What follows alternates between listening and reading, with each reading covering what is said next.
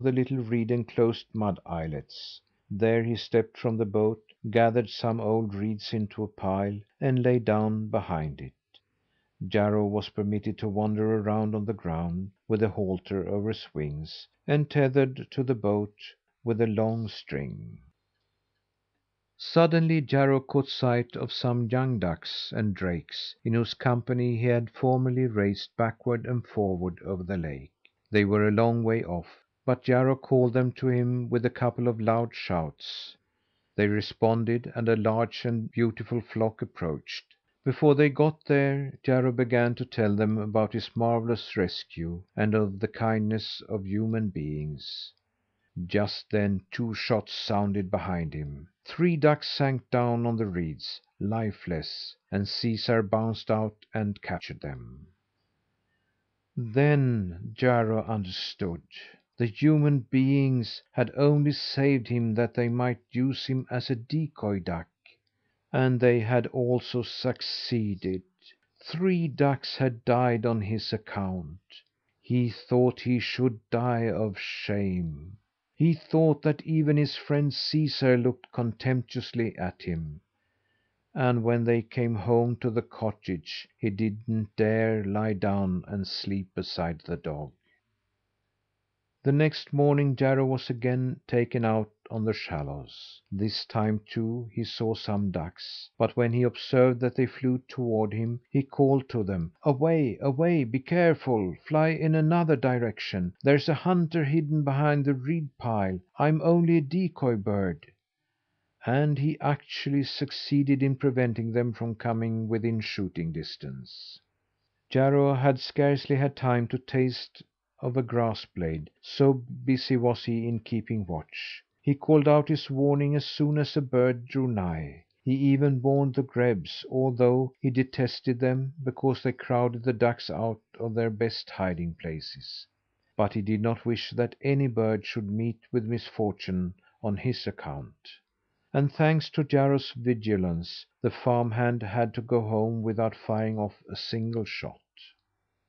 Despite this fact, Caesar looked less displeased than on the previous day, and when evening came he took Jarro in his mouth, carried him over to the fireplace, and let him sleep between his forepaws. Nevertheless, Jarro was no longer contented in the cottage, but was grievously unhappy. His heart suffered at the thought that humans never had loved him. When the mistress of the little boy came forward to caress him, he stuck his bill under his wing and pretended that he slept. For several days Jarro continued his distressful watch service, and already he was known all over Takern. Then it happened one morning, while he called as usual: "Have a care, birds! Don't come near me! I'm only a decoy duck," that a grebe nest came floating toward the shallows where he was tied. This was nothing especially remarkable. It was a nest from the year before, and since grebe nests are built in such a way that they can move on water like boats, it often happens they drift out towards the lake. Still Jarro stood there and stared at the nest, because it came so straight toward the islet that it looked as though someone had steered its course over the water. As the nest came nearer, Jarro saw that a little human being, the tiniest he had ever seen, sat in the nest and rowed it forward with a pair of sticks. And this little human called to him: "Go as near the water as you can, Jarro, and be ready to fly. You shall soon be freed." A few seconds later the grebe nest lay near land, but the little oarsman did not leave it, but sat huddled up between branches and straw. Jarro, too, held himself almost immovable. He was actually paralysed with fear lest the rescuer should be discovered. The next thing which occurred was that a flock of wild geese came along. Then Jarro woke up to business, and warned them with loud shrieks, but in spite of this they flew backward and forward over the shallows several times.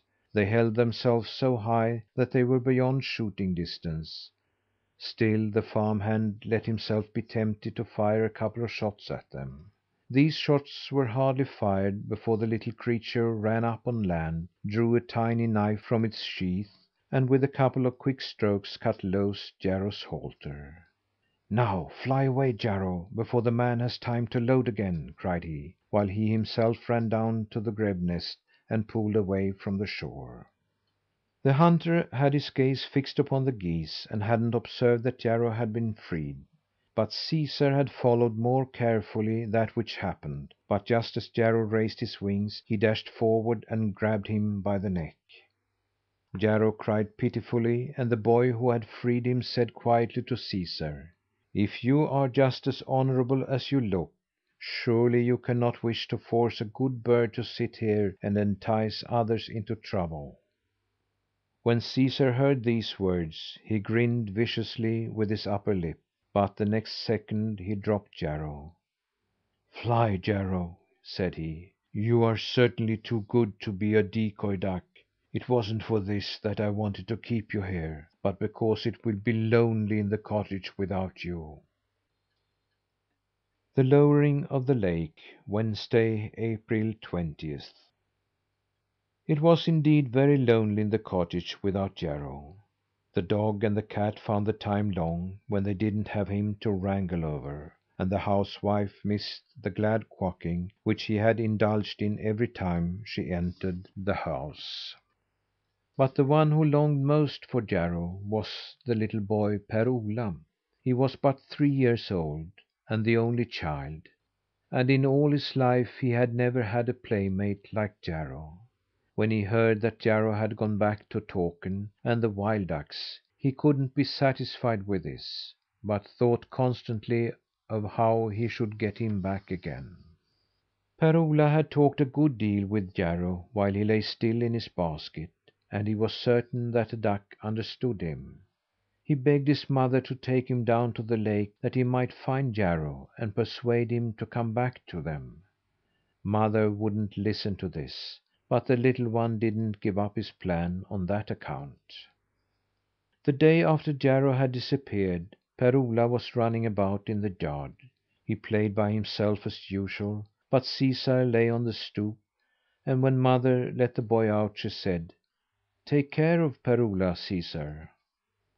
Now, if all had been as usual, Caesar would also have obeyed the command, and the boy would have been so well guarded that he couldn't have run the least risk. But Caesar was not like himself these days. He knew that the farmers who lived along Takern had held frequent conferences about the lowering of the lake, and that they had almost settled the matter. The ducks must leave, and Caesar should never more behold a glorious chase. He was so preoccupied with thoughts of this misfortune that he did not remember to watch over Per Ola. And the little one had scarcely been alone in the yard a minute before he realized that now the right moment was come to go down to Takern and talk with Jarro. He opened a gate and wandered down toward the lake on the narrow path which ran along the banks. As long as he could be seen from the house, he walked slowly, but afterward he increased his pace. He was very much afraid that mother or someone else should call to him that he couldn't go. He didn't wish to do anything naughty, only to persuade Jarro to come home, but he felt that those at home would not have approved of the undertaking. When Per Ola came down to the lake shore, he called Jarro several times. Thereupon he stood for a long time and waited, but no Jarro appeared. He saw several birds that resembled the wild duck, but they flew by without noticing him, and he could understand that none among them was the right one. When Jarro didn't come to him, the little boy thought that it would be easier to find him if he went out on the lake. There were several good craft lying along the shore, but they were tied. The only one that lay loose and at liberty was an old leaky scow, which was so unfit that no one thought of using it. But Per Ola scrambled up in it without caring that the whole bottom was filled with water. He had not strength enough to use the oars, but instead he seated himself to swing and rock in the scow. Certainly no grown person would have succeeded in moving a